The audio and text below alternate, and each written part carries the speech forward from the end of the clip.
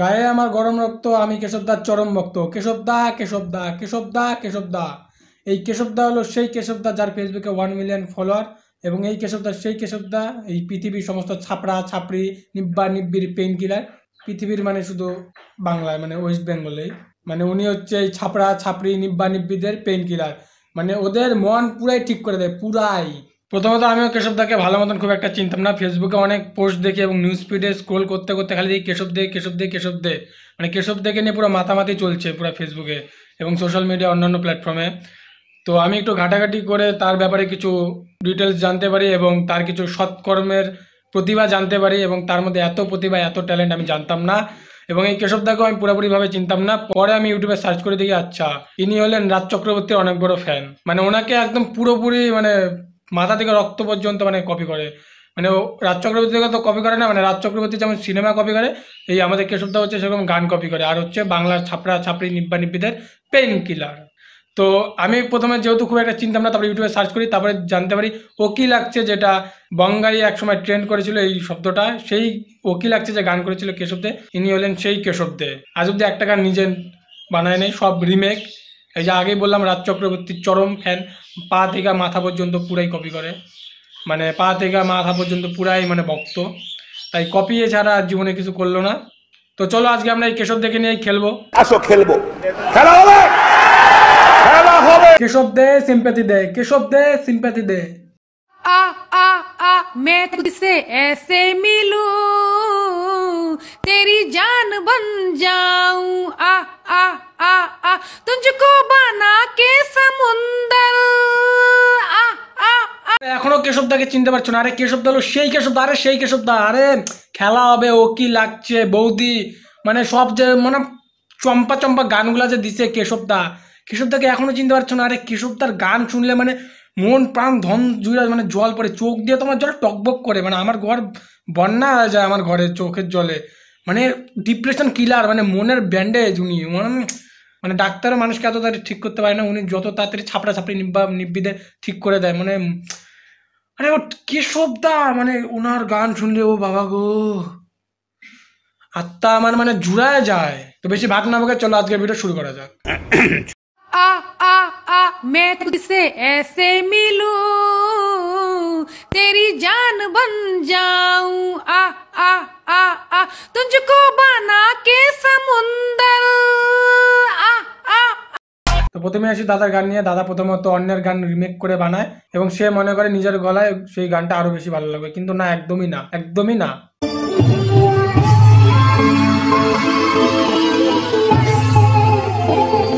প্রথমে কিরণ দত্তের পিছন মেরে ও কি লাগছে গানটা বার করলো, তারপরে খেলা হবে, তারপরে বেঁচে আছি যতদিন বাবার ভক্ত ততদিন, মানে উনি টোকা থেকে ঠোকা সব পারে। হ্যাঁ, মানে উনি ঠুকতেও পারে, মানে আমি বলছি না, সোর্স প্রুফ আছে। আর আমাদের কেশব দাদা যখন স্টেজে গান করে না, ওরে বাবা কি কষ্ট, চোখে দেখা যায় না, মানে তোমরাই জাস্ট দেখো।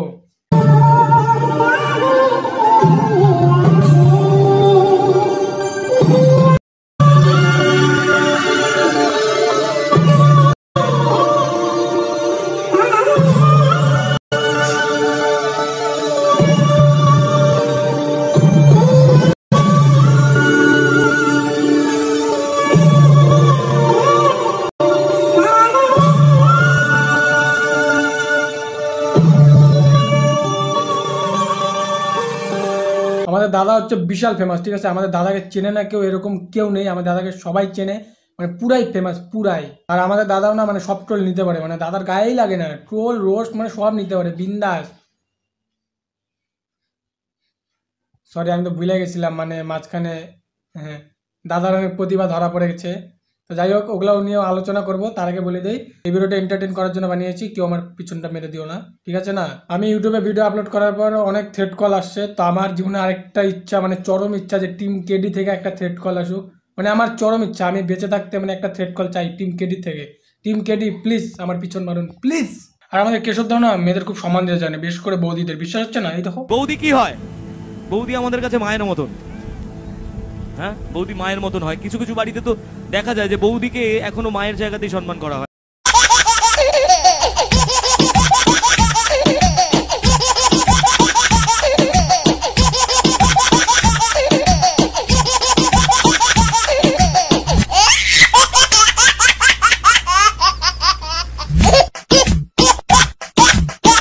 যতক্ষণ আমরা জানলাম আমাদের কেশব দা হচ্ছে সিঙ্গার, কিন্তু তিনি আসলেই শুধু সিঙ্গার নয়, তিনি তলে তলে আরো অনেক কিছু। তিনি গুন্ডা, তিনি মস্তান, তিনি রেপিস্ট। হ্যাঁ মানে সোর্স, আগে বলে দিই সোর্স, প্রুফ আছে। হ্যাঁ মানে ইললজিক্যাল কথাবার্তা বলি না, ঠিক আছে না, মানে প্রুফ নিয়ে চলি। নাম জানো তো, দীপট বয়। তো কিছুদিন আগে সাগর দেবনাথ নামে একটি ছেলে 3টি রোস্ট ভিডিও বানায় কেশব দিকে নিয়ে, আর তিনি সেটা সহ্য করতে পারেনি। তো কেশবদের ঝাড় জ্বলে পুড়ে ছাই হয়ে যায়। তো তারপর কেশবদের তার টিম কেডি, মানে নিজের যে একটা টিম আছে টিম কেডি, সেই টিম কেডিকে দিয়ে সেই ছেলেটাকে মারধর করে, রাস্তায় মারে, তার পকেটে চেন গুঁজে দিয়ে তাকে পুলিশে পাঠায়। আর অনেক ভালো ভালো কাজ করেছে, মানে এগুলোই তো ভালো কাজ। তিনি একটা প্ল্যাটফর্মে আছে গান করতে, আর সেই প্ল্যাটফর্মগুলোতেই রোস্ট হচ্ছে, তিনি সেগুলো মেনে নিতে পারছেন না। তো হ্যাঁ সত্যিই খুব ভালো কাজ। তো আমাদের দাদা মনের দিক থেকেও খুব ভালো। তো ছেলেটাকে অনেক মারধর করে, ভিডিও আছে, ভিডিও তোমাদের দেখাচ্ছি। আর ছেলেটাকে পকেটে চেন গুঁজে দিয়ে ছেলেটাকে জেলে পাঠায়, আরও অনেক কিছু করে। আবার নিজের লাইভে এসে অনেক সিম্প্যাথিও চায় পাবলিকের কাছ থেকে।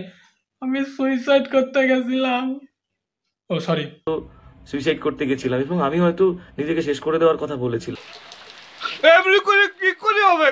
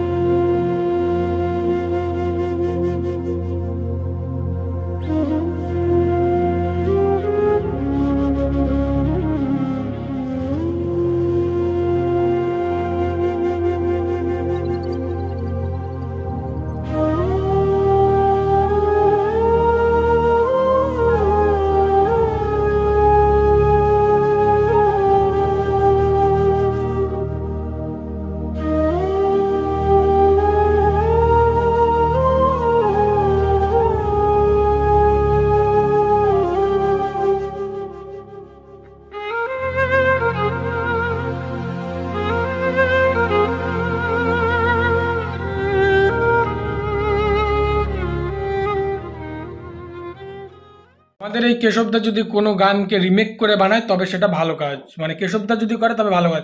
আর এই প্ল্যাটফর্মগুলোতে যদি কেউ তাকে নিয়েই রোস্ট করে তবে সেটা খারাপ কাজ, তিনি সহ্য করতে পারে না। তাহলে বস হালকা মুতে মরে যাও, এই প্ল্যাটফর্ম তোমার জন্য নয়। তুমি যদি এই প্ল্যাটফর্মে না থাকো তোমাকে কেউ রোস্ট করবে না, তোমার পিছনে কেউ কাটিও করবে না, আর তুমি যা যা চুলের স্টাইল দাও তোমাকে কেউ ছাপড়া চাপড়ি নিবিও বলবে না, তুমি এগুলা গানও আপলোড করবে না, তোমার পিছন কেউ মারবে না, সিধা কথা।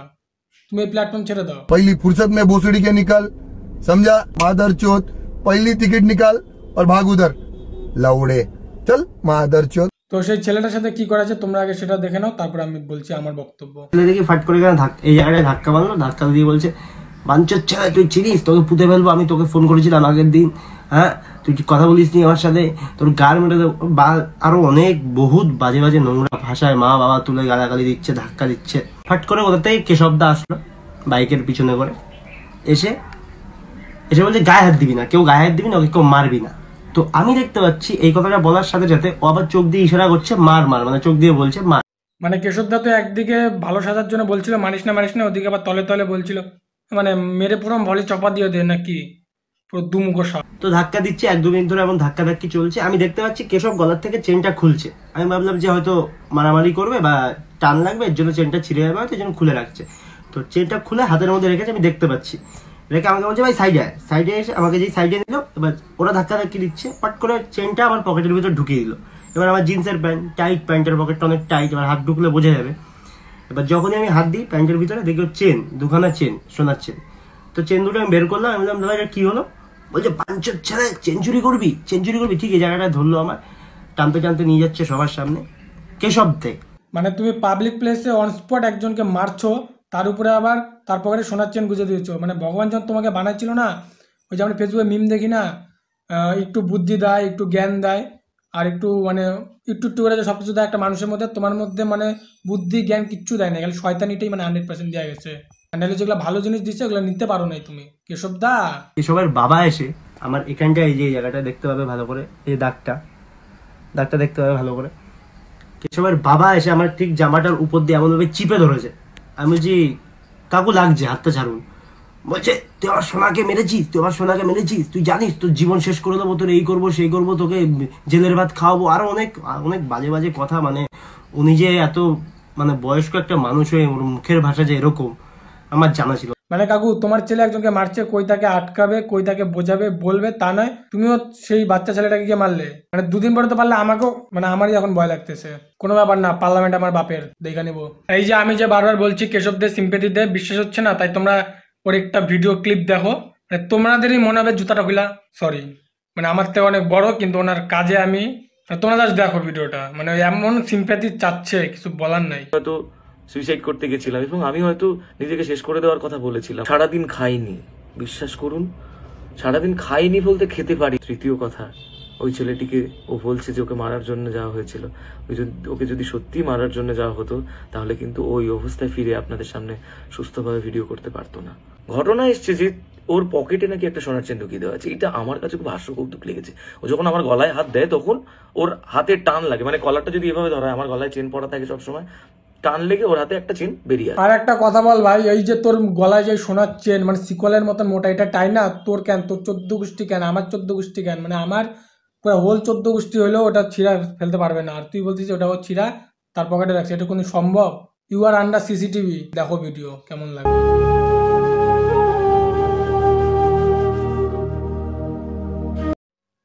মানে কিছু বলার নেই, জাস্ট মানে কিছু কিছু জিনিস থাকে না জিনগত কারণ, যেমন বাবার যেটা হবে সেটা ছেলেরও হবে। মানে তোর বাবারও ক্যারেক্টার খারাপ, তাহলে তোরও ক্যারেক্টার খারাপ। মানে তোর কোনো দোষ নাই, বুঝলি? মানে তোর বাবারই সব দোষ, মানে তোকে মানুষ করতে পারে নাই, কি করবি বল? এক হাতে তো আর তালি বাজে না। তবে তোর পুরো 14 গোষ্ঠীরই মানে ক্যারেক্টার খারাপ, এটা বোঝা যাচ্ছে। আর তুই একটা বিয়ে করছিস, সেটা সোশ্যাল মিডিয়াতে কোনোদিন প্রকাশ করিস নাই, কারণ তোর ফিমেল ফ্যান ফলোয়ার কমে যাবে। মানে কতটা নির্লজ্জ ছোট মনের মানুষ তুই। মানে ঘৃণা আসতেছে তোর প্রতি, মানে লিটারালি ঘৃণা আসতেছে। একটা মানুষের ভালো কাজের রেকর্ড যতটা না থাকে, তার চেয়ে বেশি ক্রিমিনাল রেকর্ড তোর। মানে তুই কি করিস নাই, মানে তুই টোকা থেকে ঠোকা মানে সব কমপ্লিট তোর। মানে তুই বাইচে আছিস কেন? মানে এই সমাজে তোর বাইচে থাকার কোনো অধিকারই নেই, তুই জাস্ট মরে যা। কেউ তোকে চায় না, এই কাজগুলো পরে তোকে আর কেউ চায় না। মানে ও কি লাগছে গানটা এতটাই ভালো লাগতো, আর আজকে তোর এই কাজের পরে তোকে ততটাই ঘৃণা লাগছে, মানে তোর প্রতি ততটাই ঘৃণা আসতেছে। মা কসম, তোর চ্যানেল তো আমি কোনদিন মানে সাবস্ক্রাইব করি নাই, করবো না, তোকে কোনদিন পেজে ফলো করি নাই, এই জীবনে তার করতেছিও না। আর তোর প্রতি মানে ঘৃণা আমার বাইরেই চলতেছে, মানে দাদা বলতেও লজ্জা হয়। মানে তুমি এতটাই ভালো কাজ করো যে কিছু বলার নাই। মানে এতটা ভালো কাজ করছো অলরেডি, একটা ছেলেকে মারধর করছো, মেয়েদের সাথে খারাপ ব্যবহার করছো, নিজের স্টুডেন্টদের সাথে খারাপ ব্যবহার করছো। মানে টোকা থেকে টোকা কেশব দেই সবার আগে। ওর পাড়ার লোক একটা মানুষ কেউ ওকে দুই চোখে দেখতে পারে। ওর বাড়ি এপাশে, ঠিক রাস্তার এপাশে একটা দিদির বাড়ি আছে। ওই দিদিকে ও দিভাই বলে ডাকতো, কিন্তু দিভাইয়ের আড়ালে, দিভাই ডেকে তার আড়ালে যে ঘাপাঘাপ টাপাটাপ কি হয়েছে সেই দিদি আমাকে সব বলতো, আমি সব জানতাম। ওর বেস্ট ফ্রেন্ডের আড়ালেও তার সাথে ঘাপাঘাপ টাপাটাপ করতে গিয়ে ধরা পড়েছে। সেই বেস্ট ফ্রেন্ডের বয়ফ্রেন্ড ওকে হেলমেট দিয়ে রাস্তায় দাঁড়িয়ে পিটিয়েছে। তো কেশবদের যারা যারা এখনো 5-8টা ফলোয়ার রয়েছে, মানে তার সাপোর্টে রয়েছে, তার সাপোর্টের কথা বলছো, বিশেষ করে সেই ছাপড়াচাপড়ি নিব্বানিব্বিগুলো, বা যারা তাকে এখনো সাপোর্ট করে যাচ্ছ, লাভ নেই বস। কথা আছে না, যে চোরের সঙ্গ দেয় সেই চোর। তো তোমরা নিজেদেরকে মানে খারাপ প্রমাণ করতে চাও না, ঠিক আছে না? ওরটাও বুঝে নিবে, তাকে সাপোর্ট করার কোনো দরকার নেই। আর সে যে একটা এতটা মানে নিচু মেন্টালিটির মানুষ, এটা মানে জাস্ট নেওয়া যাইতেছে না। তো ছাড়ো এসব, আর আমি এই লাংড়ি মারাকে নিয়ে আর কিছু বলতেও চাই না। আমার ভিডিওর টপিক প্রায় শেষ এখানেই, মানে আমি আর এখানে কিচ্ছু বলতে চাই না। মানে তোমরা হয়তো বুঝে গেছো আমি এই ভিডিওর মাধ্যমে কি কি বলতে চাইলাম, বা তোমরা অনেকেই জানো, বা অনেকে আবার দ্বিতীয়বার দেখলা। তো যারা যারা আমার চ্যানেল নতুন, সাবস্ক্রাইব করে দিও, শেয়ার করে দিও, বেলের মধ্যে একটা টুং করে বাজিয়ে দিও। তো যারা যারা নতুন দেখছো, ফেসবুকে আমার একটা পেজ রয়েছে দীপ বর্মা নামে, সেই পেজটাকে ফলো করে দিও। ইনস্টাগ্রামে আমার একটা অ্যাকাউন্ট রয়েছে দীপ হটবাই নামে, উপরে লেখা আছে, ওটা দেখে তোমরা গিয়ে ফলো করতে পারো, এবং ডেসক্রিপশনে লিঙ্ক দেওয়া আছে। আর ইউটিউবের চ্যানেলটাকে অবশ্যই সাবস্ক্রাইব করে দিও।